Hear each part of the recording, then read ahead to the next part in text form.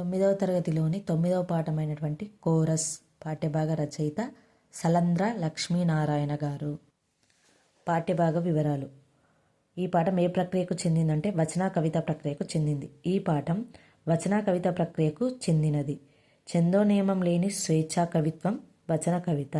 చెప్పేది వచనం అయినా అందులో కవిత్వం పాలు ఉంటేనే అది వచన కవితగా రాణిస్తుంది.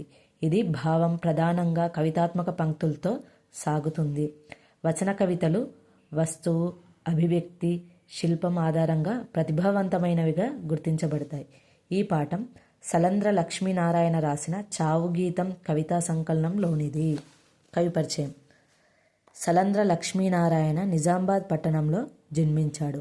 చిన్నతనం నుండే హేతువాద దృష్టిని ఏర్పరచుకున్నాడు. వేడిగాలి కవితా సంకలనం ద్వారా తన తొలి కవితా సంపుటిని అందించాడు సలంద్ర. 1979లో ఇతడు రచించిన చావు గీతం కవితా సంపుటి సంచలనం సృష్టించింది. దళిత సాహిత్యోద్యమానికి పునాది అని చెప్పుకునే కవితల్లో సలంద్ర రచించిన దళిత మేనిఫెస్టో అనే కవిత ప్రధానమైనది.